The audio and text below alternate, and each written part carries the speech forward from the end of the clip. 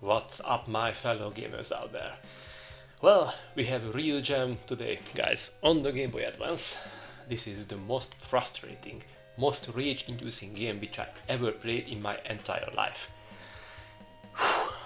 It looks very innocent. Just take a quick look, yeah? See this little spinning blade? Yeah, and I have to just move it, you see? I move it around, very gentle. Oops, I hit the wall. And the goal is to... Oh, fucking hell. Okay. I need to take a break. So the only goal is to have to take this little spinning helicopter blade to the end of the stage. That's it. If you hit the wall 3 times, game over. Very simple. But it's so addictive that if you want to when you start to play it, you just cannot put it down. And the developers were very clever here, very clever. They are sadistic. Okay, the difficulty curve is just perfect. It just goes really gentle. And the first stages are very easy. You just breeze through them. You're learning the basic, how you control this little, let's call it blade. And by the time it gets difficult, the frustration factor is just released on you with full force. And that time you are addicted and you cannot stop it because you just want to finish, and you see that the end is just there, and just like this fucking thing is just spinning and just I'm nearly there. Okay, just one more time. I cannot tell you how many times I nearly threw my favorite Embernic handheld just on the floor because it was so frustrating. And I know that's what you are thinking now. Why would you keep playing if it's frustrating? Because it's good. It's really good. If you're going to try it, you're going to see why it's really good. And I nearly finished it, but the late stages at the end of the game is so difficult, it's so frustrating that I think I just cannot take anymore. I love it, but I just can't take anymore. I literally died in every 10 seconds, and I just... Whew.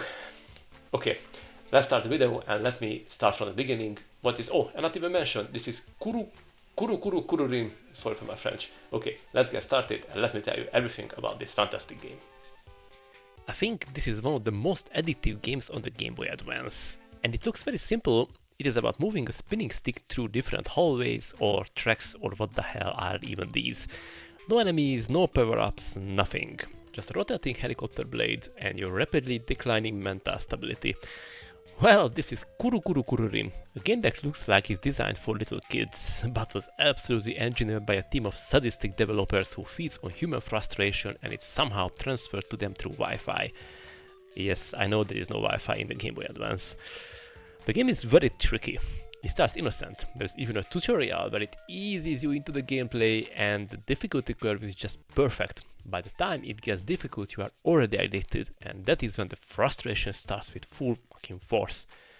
You are going to fail a lot, and you will start to tell yourself, okay, just one more friggin' try, and then 54 minutes disappeared and your blood pressure is sky high. Yes. Let's talk about what is this game and how it arrived to the Game Boy Advance. Released in 2001, developed by 8link and published by Nintendo, Kuru Kuru Kururin is technically a puzzle action game, but that sounds way too gentle. And surprise surprise, the game has a story as well. You play as Kururin, a cheerful little bird whose family has gone missing because apparently none of them have a sense of direction. Yeah. So what does Kururin do? He jumps into a machine called the Helirin, which is basically a helicopter with a long rotating bar, and sets off to rescue them across multiple tame worlds. Yes, the story is literally, oops, my family got lost, cool, I navigate rotating death hallways to find them. It's adorable, it's harmless, and it lies. So here's the entire game. The helicopter blade is constantly rotating. Constantly. You cannot stop it. You can move up, down, left, right, and you can accelerate, but that's it. But the blade keeps spinning like it's powered by your anxiety, and in a way it does. The goal is simple. Get from the start to the exit without touching the walls. That's it. If you hit something, you bounce, lose health and 3 seconds from your time score, but honestly, if anyone cares about finishing levels on time, is a true masochist, or a genius who really feels the game. I did not give a damn about my time, I just wanted to get to the end of the level. And that is the thing, that when you see that shiny portal, or what the hell is that, at the end of each level, it gives you a dopamine hit, which makes you addicted. Oh, and you have 3 hearts per level. The cute thing is that you can see the face of the duck on the lower left corner of the screen, and it changes his face from happy to really scared as you keep losing hearts. Touch the wall 3 times, restart. Checkpoints? No, start from the beginning.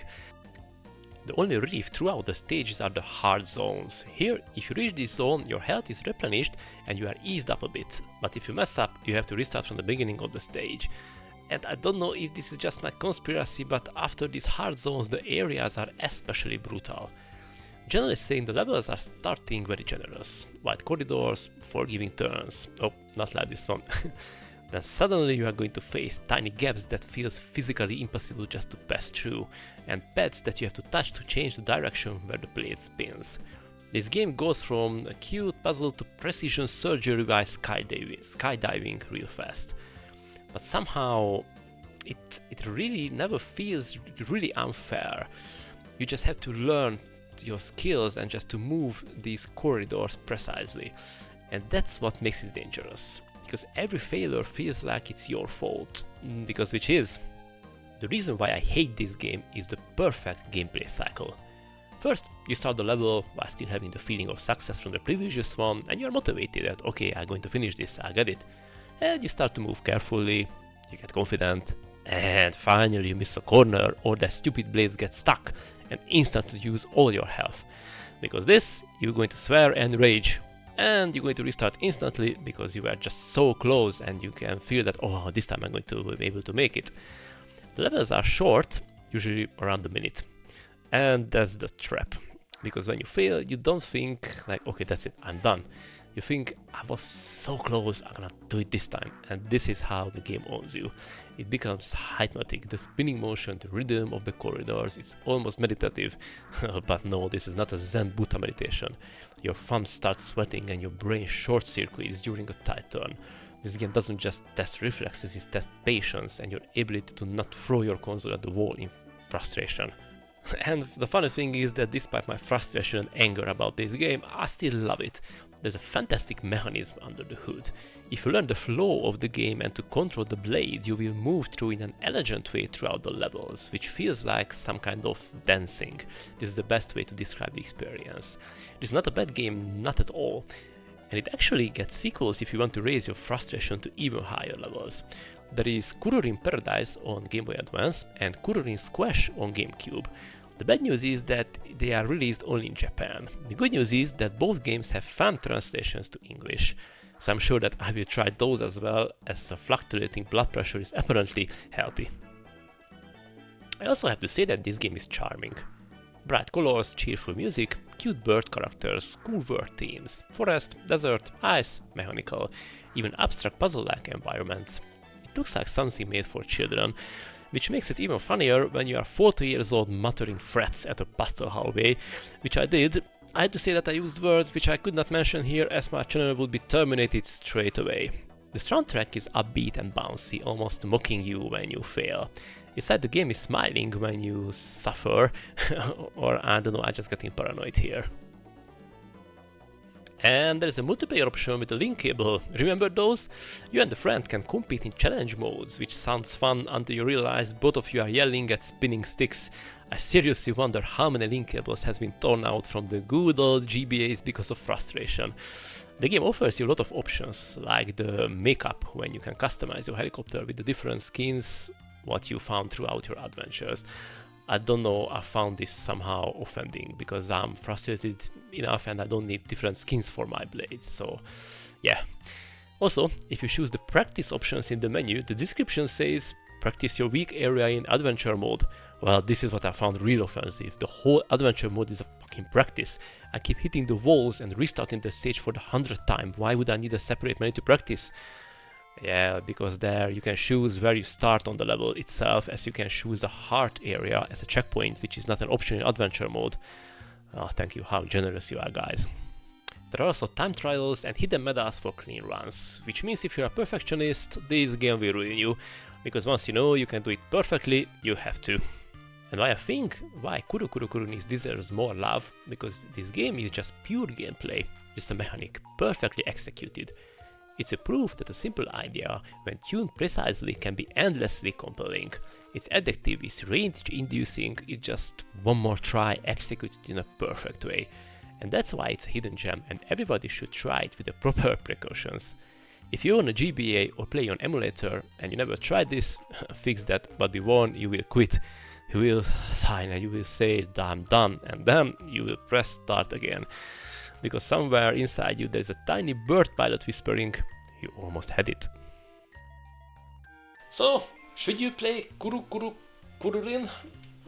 It depends if you have blood pressure problems or any kind of health issues, or you're going to play it on a expensive device. No, because I say that most of the people are going to be very frustrated and they're going to damage the device which they're playing on or something. But despite this, I encourage you to try it, because this is a good game, and as I mentioned, I'm going to try the sequel on the Game Boy Advance and the GameCube version as well. I've seen some videos about the GameCube version and it looks really cool. It's still 2D, but it has a bit of 3D aspect to it, and somehow I think I've seen some gameplay video where the blade can actually shoot the obstacles or something like that. So I'm sure that the developers are made more sadistic things for the players. So yes, I'm going to definitely try those ones as well. This is a really good game, really simple. I don't like this expression, it's so overused that easy to learn but hard to master, but it's true. And what I enjoyed in it is that this, I can call it flow, as I mentioned in the review, that as you just move around and you learn how to move, and it just, like as I said, like a dance. I know it's not a dance, but this is, when you're going to play it, you're going to see what I mean. It's as this little blade, it just moves on the corners and just touching this bumper, which is just to change the direction where it is going to spin.